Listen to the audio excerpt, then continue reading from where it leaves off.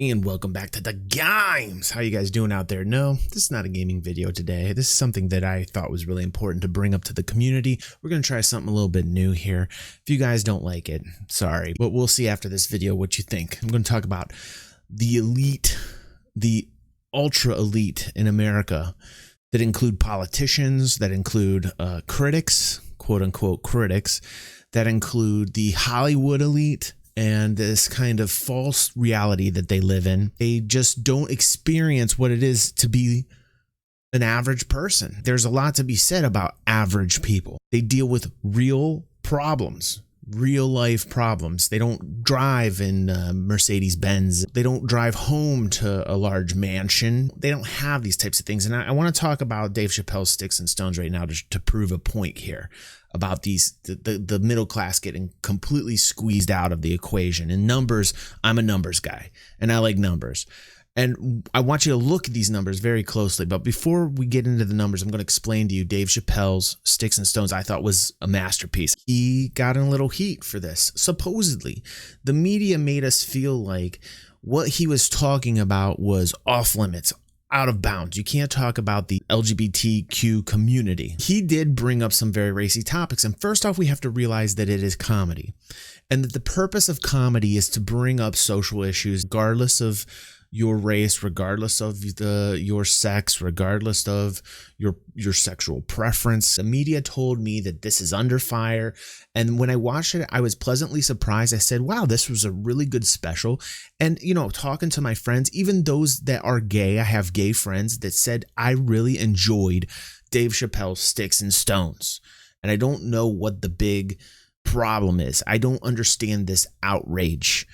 And I said to myself, wow, this is really cool, you know, that you have people in the community that I know that said they're completely fine with everything that Dave said. And they thought it was actually just as cutting edge as I did when I watched it. Now look and realize that the media is feeding us, you know, that what he said is not acceptable and this is a terrible thing. And now look at Rotten Tomatoes. Okay, this is the Rotten Tomatoes site right now. Only 10 critics on Rotten Tomatoes put their review of Dave Chappelle's Sticks and Stones on here, and only 30% of them liked it. Now, let us look in contrast at the audience score of over 19,774 people.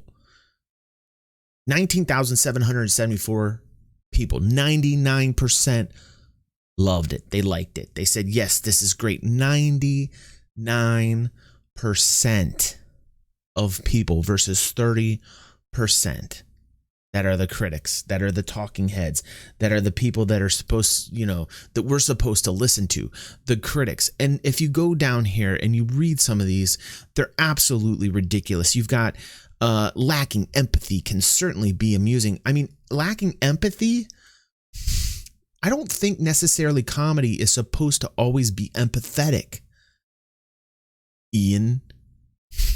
But Sticks and Stone is a tired routine by a man who forgot to layer jokes into his act. Wow. This man weaved together a tapestry of layers like I have never seen. If you've watched it, you know what I'm talking about. He broached the subject of the LGBTQ community perfectly. He did it in such a manner that was genius. I would say that this man has mastered comedy. I would say that Dave Chappelle has absolutely mastered comedy. One of the best comics of possibly all time, really. If you're asking me, that's my personal opinion. Like dropping in on a rascally uncle who doesn't know or doesn't care how much he's disappointing you, says Inku Kang. I mean, like, it's very politically correct to say these things. And I sometimes wonder if these critics actually watched it or if they're just listening to their own bullshit. Now, in comparison, I want to go to this. Knock Down the House, which is a documentary on Alexandria Ocasio-Cortez. Okay. And it talks about her struggle to get to the point where she's at to be a politician. Okay. the ultra elite. Now, I'm sure she had some struggle in there. I'm sure she had some hard times, and I have not seen this. So to be fair, I have not seen this. But like I said, I am a numbers guy. So let's look at Knock Down the House's critics' consensus. 100%, by the way, of all the critics loved it. Oh, they ate it up. They thought this was wonderful. 83 critics, 100%, every single one of them. Are you kidding me? Are you kidding me? Can this be real? Is this reality? No. In my opinion, just seeing that makes me understand that Rotten Tomatoes is completely rotten. People come to Rotten Tomatoes to get a review, to see if something is worth watching. They come to Rotten Tomatoes and they say, hey, I wonder, if I should see this. And they're legitimately coming here for honest criticisms, for critiques. And when I see 100% of people voting up Knock Down the House, I think, wow, this is the elitist left. This is, and I hate to get political. I really do. I myself am a Republican. I'm a liberal Republican. I consider myself a Librubrican. And like I said, I have gay friends. I am completely for people wanting to be the person that they want to be. And seeing this, though, like there's like a political agenda with this, like 83 critics, 100% of all 83, a galvanizing glimpse behind the scenes of a pivotal election. Knock Down the House should prove engrossing for viewers of all political persuasions. Bullshit. 21% of people liked it. Actual people. 21%. Look at that discrepancy. Look at the gap between the ultra elite with their political agenda and just everyday ordinary people that come to the site that have watched this, that say, hey, yeah, I liked it. Only 21% of 2,100 people. And you come down here and you read these reviews and there's not one negative review. I can't take this seriously. It's ridiculous. It's just like Knock Down the House aims for the easier work of honoring the process, the step forward, and if that is not always rewarding, sometimes it is enough. When it comes to political insurgents, Knock Down the House filmmaker Rachel Lears hits the jackpot when she chose to focus on an outsider seeking the Democratic candidacy for New York's 14th congressional district. I mean, give me a break. Everyone, 100%, and then you go over here to Dave Chapelle, and you only have a 30% approval rating because it might be too risky to give an actual honest criticism. And kudos to those critics that actually stepped up to the plate and said, you know what? Here's John. He says he's one of the few comedians who can really touch on a lot of different sensitive topics and still make it funny. Good for you, dude, for actually stepping up and saying, that's actually like an honest critique, in my opinion, not just because it goes along with what I believe of it, but just because he's putting it out on the line. It's not popular. It's not a popular opinion for these critics to actually say that this is good, because God forbid that you actually broach this subject, the LGBTQ community. It's people are too easily offended today, and it really has to be put under a microscope, and you have to ask yourself why. You have to ask yourself why the offense. Now, of course, God forbid, I have an opinion. I'm a white middle-aged male, so I'm guilty of everything. But I'm telling you, if Dave Chapelle and Sticks and Stones was geared to make fun of the white middle-class man, I wouldn't have an issue with it, because I know that it is comedy, unless it was absolutely derogatory. And this was not derogatory any bit. I mean, it was on the edge, obviously, and he skirted around it, but I think he did it beautifully, and he did it in such a way that was literally questioning our culture and why do we find it hard to talk about these issues? We can't just plainly talk about things like real human beings.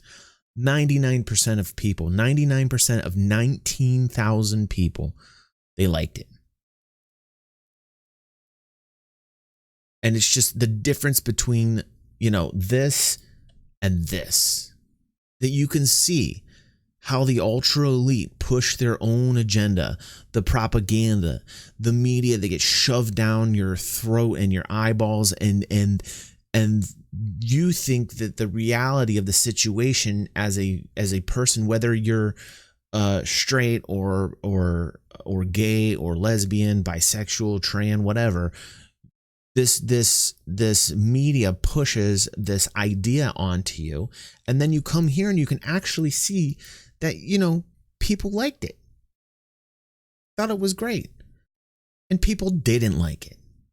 They thought it was trash. I mean, maybe not trash, maybe I'm being a little too harsh on that, but I just like to look at this. I saw this story originally from the Quartering, and I thought it needed much more light and much more explanation. And I think that it's an important issue here. And I thank you guys for watching here. I would love to hear your comments down below, see what you guys think on this issue. And I hope you guys like this type of commentary, because I would like to do more on the channel. But if you don't, I completely understand. And got a poll on our community tab. You guys can check that out and vote in and weigh in if you want more content like this on the channel. It will not interfere with any other of the gaming content. Don't worry.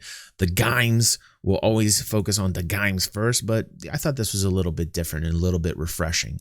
So you guys let me know what you think down in the comments below. Please comment on this story. Tell me what you think about it. All in all, together, for me, it's kind of sickening to see the middle class get wiped out, as if this were the dark ages, as if there is this ultra elite and there is this class. It's like, please, sir, another piece of bread, please, and there's only two classes now. And this is something that's just glaringly in your face that shows you that.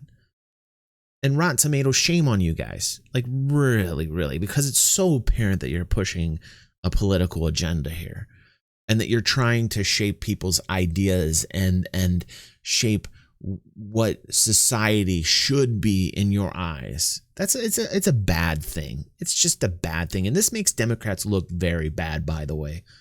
This makes Democrats actually look very, very bad.